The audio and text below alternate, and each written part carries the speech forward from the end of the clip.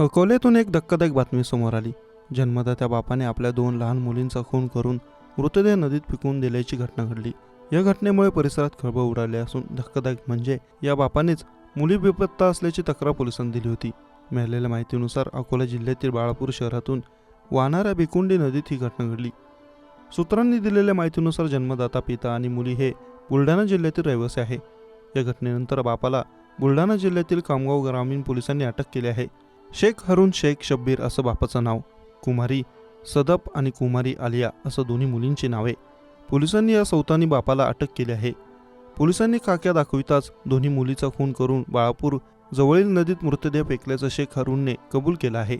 धक्कादायक म्हणजे कदमापूर येथे राहणारे शेख हरून शेख शब्बीर याने काल दुपारीच दोन्ही मुली बेपत्ता असल्याची तक्रार पोलीस स्टेशनला जाऊन दिली होती।